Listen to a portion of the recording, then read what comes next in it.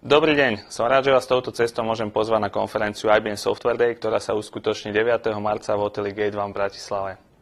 Rok 2011 je pre IBM veľmi dôležitý, pretože oslavíme 100. výročie založenia spoločnosti. Zároveň rok 2010 bol veľmi úspešný, keď sme dosiahli voľný cash flow v výške viac ako 16 miliard dolárov.